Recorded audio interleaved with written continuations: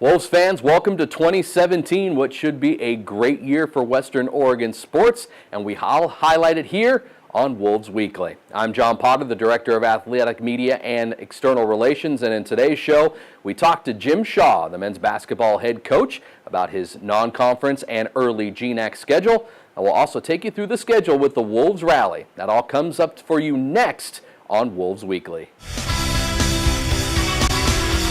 As promised, our guest in studio today is the head coach of the men's basketball program here at Western Oregon, Jim Shaw, the GNAC and West Region Coach of the Year. Coach, happy 2017. Thank you. Happy New Year. Well, we just had the national championship football game, so my first question kind of parallels that and a historical perspective. How do you parallel the successes of programs like Alabama and Clemson on the gridiron to what is now, as we go along, even a short time away from it? It's a pretty historic team last year. Well, I can relate more to Clemson and what they were able to accomplish. Alabama is almost like the equivalent in our league to a Western Washington, Alaska Anchorage, Seattle Pacific, where they're positioned everywhere in their program, everywhere, to be able to be good every single year. Yeah. Whereas Clemson can be competitive every year, but they need an occasional break, and I call their break Deshaun Watson. I mean, watching the game last night, it was unbelievable. I mean, I couldn't leave the TV. But at the same time, if you took one player off of Alabama's team at any position, I don't know how much it would have changed what Alabama looked like. But if you took Deshaun Watson off the field, I think it would have been a 3 or 4 touchdown game.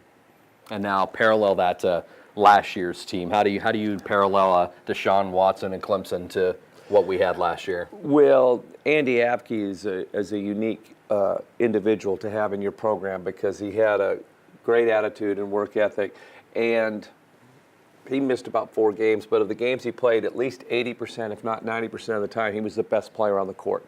So if you have the best player on the court in basketball and there's only 5 of them, that's the equivalent of having an extra player almost. And if it's a point guard, it might be an extra 2 players. And you take Avgi and 3 of the other starting seniors out of the equation coming into this year. What was the team perspective, maybe from a coaching standpoint and also from maybe what you heard from the players, going from a team that was in the national semifinals last year against the eventual national champion Augustana to being now picked 6th going into this season? Yeah, and we were picked 6th while we still had some guys that we don't have now. So, well, last year when I first got here in May and worked with the team, there were certain things that were in place. I remember Andy was playing spring football, so he would be there about half the time. On the mornings that he wasn't there, man, I had to bring a pretty hard whistle and an occasional bark. And on the mornings he showed up, I didn't have to say anything. Everybody just kind of lined up. So it was obvious that player leadership was already established. Right.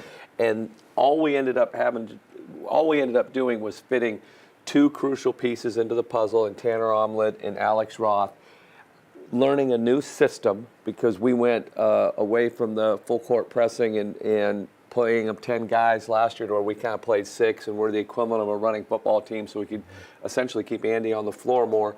And then we really worked on our efficiency because when you have a team that had won 22 or however many games it was and you're trying to go essentially from 20 to 30, that's actually the hardest jump to make unless you have an infusion of a lot of new talent. And we really didn't. We plugged in a couple guys in Tanner and Alex, but we also lost some guys in Lewis and some of those guys. So it was taking that core group and seeing how efficient they could become and getting to the point where we absolutely didn't beat ourselves, knowing that if we didn't do that, we had good closers. Various guys. Obviously, Andy was a good closer, but Julian was an unbelievable foul shooter down the stretch.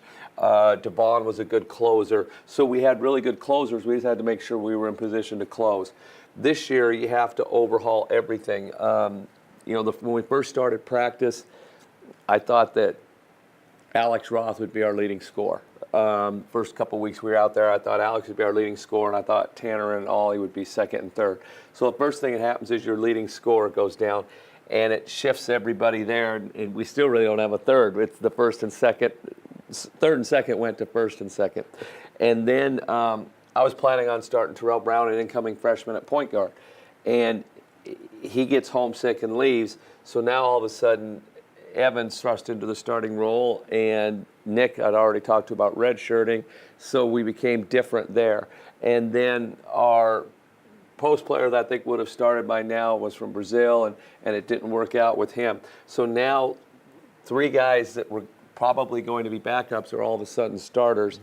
And we're having to reshape the team again. So there's just been a lot more reshaping to do with this year's group. Well, last year the non-conference was how good could the team be. This year it was taking those new pieces with really Tanner Omlid, Connor Thompson, and then when J.J. Churnside came back from playing football as kind of the regulars or guys that had any extended playing time last year coming back.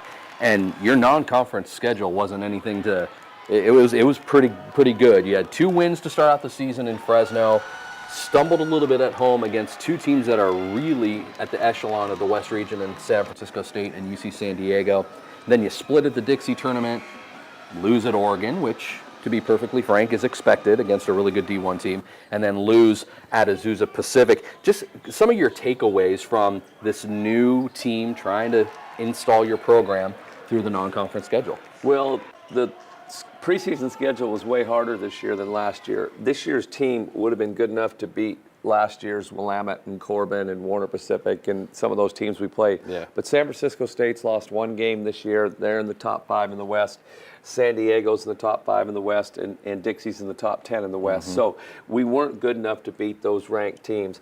And it's kind of like last year, only from the opposite side of it, in that last year we had a lot of close games that we were good enough to win. This year we've had some close ones we weren't quite good enough.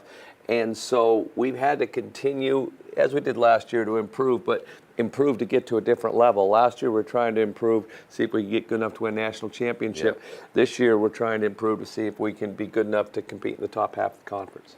Speaking of conference, you've opened up with 6 games so far. You get a split over the first 2 weekends, both on the road and at home. The home weekend started out great. Probably the best 40 minutes your team has played together in the win against Central Washington. Played a magnificent opening 20 minutes against Northwest Nazarene. And let me ask the question that a lot of people have on their mind. What the heck happened in the second half against the Crusaders? Well, I'll walk through conference and get to that one. I thought we opened with Concordia at home and played pretty well. That's what us playing pretty well looks like. Go to Oregon, have a fast turnaround at Billings. Billings has turned out to where they're a pretty good team. Yeah. I mean, Matthews is a Player of the Year candidate. Beverly's an all-conference player. They've got everybody back, including their point guard who was out. Yep.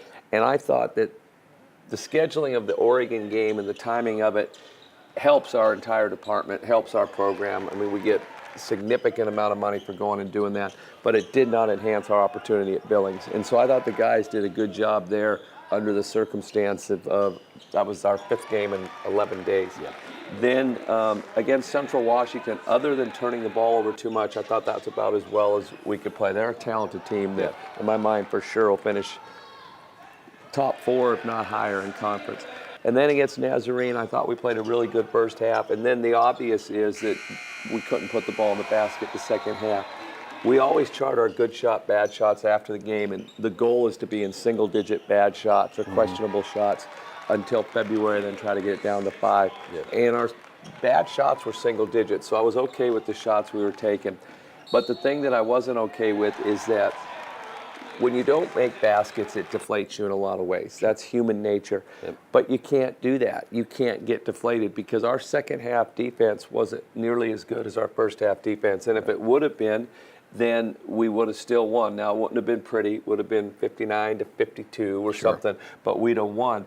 But in basketball, you have to eventually be good at 4 things: defending, rebounding, taking care of the ball, and taking good shots. But if one of those things does not go right, like against Central, we threw it away too much, you can't let it affect the other 3. Correct. The one that affects more than any of the others if you don't see the ball go in the basket. And when we didn't do that, we didn't defend as efficiently in the second half. You can't do that. I call it the codependent way to lose in a basketball game. You let your personality get dictated by something like the ball not going in the basket. We got reasonably good shots. The ball didn't go in the basket. Yeah. And we let it affect the other end of the court. And so I told the guys that part I wasn't okay with. And so hopefully we've learned something from it, because we'll have another night where the ball doesn't go in the basket, because we're not a team that is going to separate from a lot of people. I mean, Central was an exception more than a rule, And so therefore we have to be really, really, really good in the margins. Sitting at 5-7 overall and 2-2 in conference going into last weekend's road trip up to Seattle Pacific and St. Martin's, this team really could have packed it in and said, okay, this is unprecedented. We haven't faced this since you've come in as a coach. But it seemed like there was a shift in attitude or a shift in work ethic that really showed up, especially with Tanner Omlet's performance at Seattle Pacific leading the way to a 2-point win there. And then, of course, a kind of all-around team effort, balanced scoring in your double-digit win at St. Martin. Speak to both of those games. Well, I've told the guys that we will continue to get better if we have a good attitude. We've got so many guys that haven't played. I mean, Evan hasn't barely played since he was at Clark College. Keel hasn't played for 2 years since he was a high school junior. Yeah. You keep going on down the list. J.J. Turnside, who's contributing now, hasn't played since he was a senior in high school. Ollie Farouk hasn't really played since his freshman year in community college. And I can go on and on. We've got so many guys that are either learning a new system and a new level or just haven't played for a couple years. Right. So we have a chance to keep getting better if we have the right attitude. And then we handled we handled not being successful in the adversity that comes from that in some games pretty well. And now we have the flip side of it where we had some success last week on the road, and we've got to be able to handle that. And in my opinion, is the key with both things is just make sure the light that shines inside you shines brighter than the one that shines outside you. And if we do that, I think we can keep getting better. And where that puts us, I'm not sure. Time will tell. Unique opportunity this week at home. You see both the bottom and the top, at least record-wise, in the conference coming in with Simon Fraser currently winless in conference and only 2 wins overall in the season coming in on Thursday night. And then a nationally ranked, probably going to move even higher in Western Washington coming in on Saturday. How's the early prep and early practice been coming into this week? Well, we were off Sunday, and yesterday we just were about us. Today we'll introduce Simon Fraser. We'll go one game at a time. I mean, Simon Fraser is better this year. Everybody's told me they're better. I'll watch them this afternoon after lunch.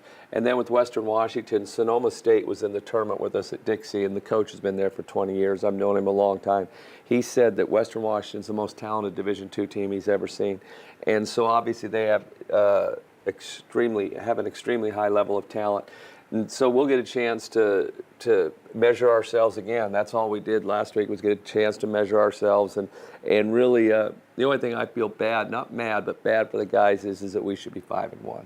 And a little disappointed in myself and just that somehow we let that game get away against Nazarene. But the guys done a good job. 4-2 puts you right now in a kind of a bunch of 4 or 5 teams currently in second place behind Western Washington. Seeing that school's now back in session, are you looking forward to having the crowd, the students behind you going into this week, especially with what could be a really big game against the Vikings on Saturday? The more the merrier. I always say if you got 2 people, it's a gathering. You need more than that for a party. So the more the merrier. Absolutely. It'll be a red out, so hopefully all the students will be there. I'd like to close out this with kind of some rapid fire, what I like to call for basketball, the Final Four questions. Really off the cup, first thing that comes off in your mind. First question, what makes you smile more when you're on the sideline? A guy throwing it down for a dunk or a guy taking a charge on the defensive end? Oh, taking the charge because he's doing something for somebody else. When you dunk it, you're just doing something for yourself. Who is the best Division I men's basketball team right now? Great question. I've got to pause for a second on that one because I get locked into my own tunnel. If I had to bet on who I think is the best team in the country right now, who do I think that is? Kentucky. They're pretty good. They're pretty long and athletic. Yeah. What is the most memorable game you have ever personally been a part of? Player or coach? Either one. Okay.